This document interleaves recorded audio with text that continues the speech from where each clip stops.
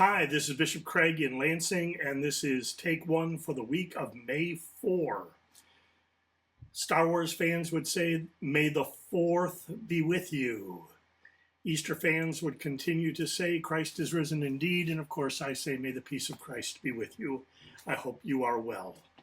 Had a really good week last week, a really fun week at First Call Theological Education event with the First Call pastors of Region 6, other bishops, their mentors, synod staff. Pastor Chrissy and I were there with our First Call pastors. I got to give a lecture on preaching, lead 2 workshops, be on a couple of panels, preach a sermon, and preside at communion and lead worship with our First Call pastors. It was just delightful and fun, and we are blessed to have these First Call pastors. So it was a good week and a full week, and now we're back. And this week will be another full week. On Monday, the Living Water Ministries Board meets Monday evening.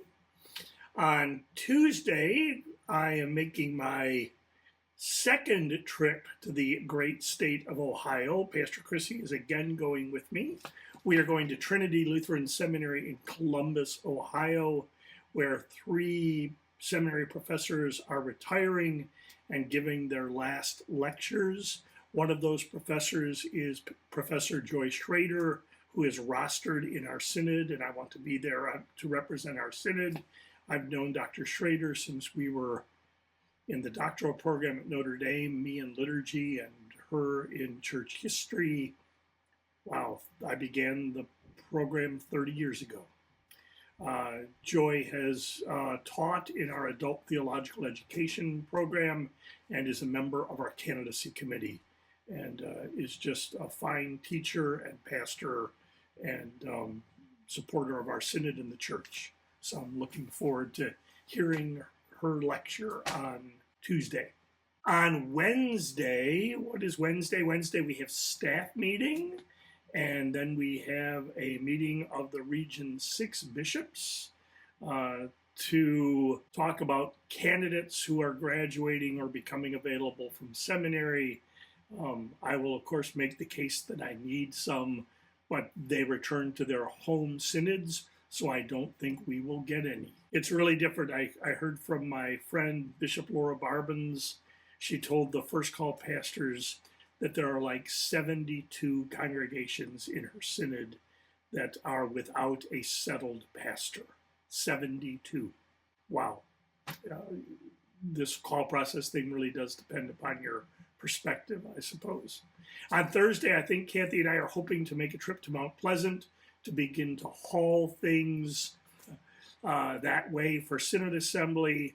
On Friday and Saturday, I will lead a You Are Witnesses retreat, largely with people from University in East Lansing. We're having it at St. Francis in DeWitt, and I'm excited that both Pastor Bright and Pastor Sullivan will be joining me.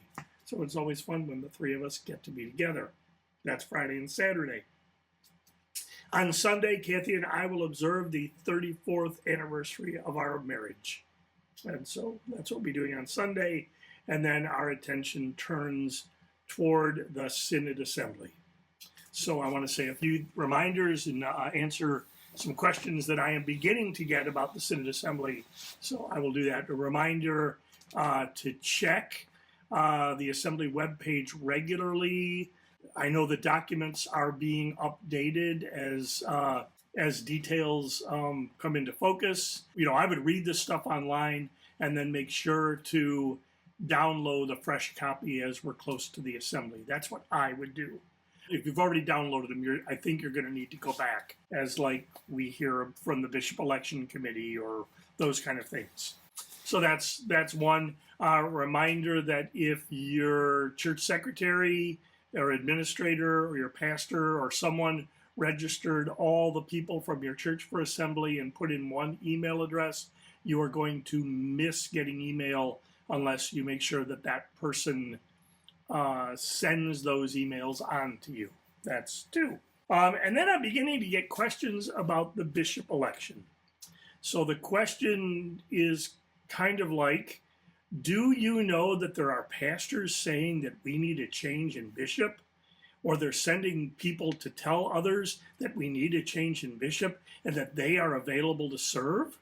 Do I know that there are pastors doing that? No. Am I surprised that pastors are doing that? No.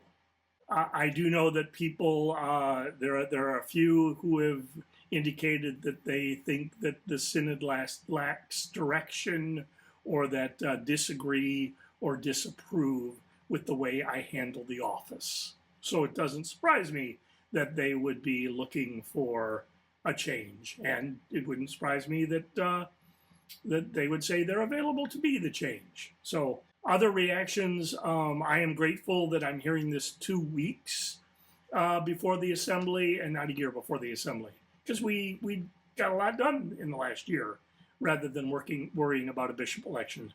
So I'm grateful that we're 2 weeks out and I'm beginning to hear this. And then the other, I'm grateful that that our staff is of one mind, one heart. We are a team. We're united, and I am confident in that. We understand that that me being available to serve and being elected means we are available to serve and are elected. So I'm really happy that and grateful that the team is a united team. So advice. There is some advice I would give. First, don't let your name go forward to be a bishop if you're not willing to serve as bishop, because you might get elected. And then you're like, what do you do? So the church-wide organization is beginning the process of pre-identifying candidates for presiding bishop. And I know more than one or two bishops who have been identified, and their spouses have said, you can do that, and you can go live in Chicago, and we can live separately for 6 years. And they're like, we're not doing that. So those bishops are not available to be presiding bishop. Don't get into the conversation if you are not willing to serve, because you might get elected. Secondly, if you decide to get into this, or if you want your pastor to get into this, warn your family or alert your family. Because when you get into the spotlight of either being bishop or being a candidate for bishop, a lot of things get said that are just blatantly untrue, or that are rumors or half-truths or gossip. And the same thing happens to family members. So you gotta get your family ready that they're gonna hear stuff. And I guess as voting members, Eighth Commandment time, let's put the best construction on things rather than the worst.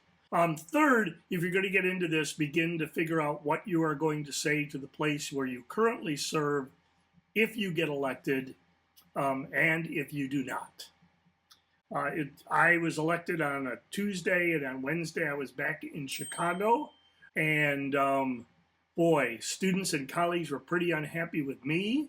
They came to see me in my office to tell me I was betraying them. I was betraying my calling as a teacher of preaching, that I was giving up a national, even international platform where I was making a real difference to go to Michigan. And that's when I was elected. And then if you're not elected, you gotta find your way back to your work. And that's, I've talked to people who are not elected. That can take hard work. Anyone that's interviewed for a job knows to be an authentic candidate, you need to leave your job a bit emotionally to be open to the new one. Pastors in the call process say to me, I feel like I'm cheating on my congregation. Not that I know what it's like to cheat, they tell me, but that's what it feels like.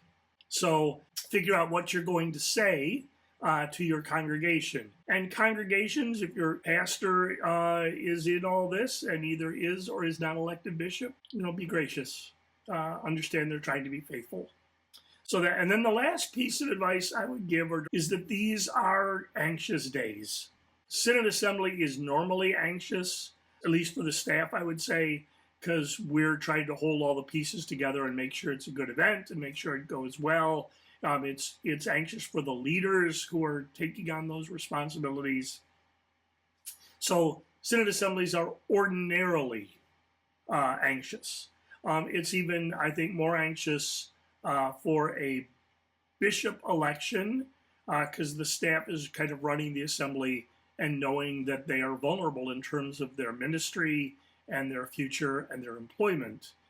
And we are living in anxious times, and it gets really tempting and easy to pin all our anxiety about everything on a synod assembly and a bishop election. And our anxiety is bigger than that these days. Which brings us to our gospel reading for May 11th. Jesus is in the portico of Solomon in the temple. It is the feast of the dedication. So it's the feast, if you will, of the renewal of Israel. And some anxious religious leaders surround Jesus and say, how long will you keep us in suspense? If you are the Messiah, tell us plainly. And Jesus says, I have told you plainly, and you do not believe. The works that I do testify to me, but you do not believe. And so, I have gone through John's gospel looking for where Jesus says, plainly, I am the Messiah, and Jesus never says it. Jesus never says it. Not that way. And yet, through the ears of faith, we hear it. Jesus says his sheep will hear his voice. And what we hear Jesus say is, I know my own and they follow me, and I give them eternal life, and they will never perish, and no one will snatch them out of my hand. And when I can quiet the voices in my head and the anxiety over the assembly that's waking me up early or making it hard to go to sleep, when I can quiet those voices, or the voices, saying, did you know that? I hear Jesus say, I give them eternal life, and they will never perish, and no one will snatch them out of my hand. And I'm helped to know that when Jesus speaks of eternal life, he's not talking about a place in the clouds after I die, not in John's gospel. He is talking about the reign of God, which is in the world today. And when Jesus says they will never perish, Jesus is not saying, I'll never die. But Jesus is saying that the realities of this world will not destroy me or you or us. And when Jesus says no one or nothing will snatch them out of my hand, Jesus has got us. We are secure. And that is true for me, and that is true for my staff, and that is true for our synod, and that is true for your church, and that is true for you, and that is true for our country, and that is true for the world. That does not mean that there may not be pain, disappointment, the cross involved. But Jesus brings us to new life. I love it that Jesus says, I know my own and my own know me, and they follow me. And at the tomb, Jesus says to Mary Magdalene, Mary, and she knows him. And at the charcoal fire, Jesus says to Peter, follow me. And Peter does. So in all of the anxiety in the weeks ahead, and in the months ahead as we look to things beyond the Synod Assembly, we know that Jesus has us.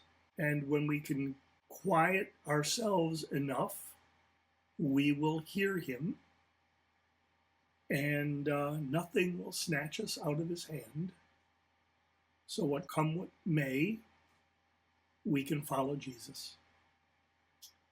So that's really good news, and I'm glad to have it, and I'm glad to share it. And I'm Bishop Craig, and this is Take One. And may the peace of Christ be with you always. Take care.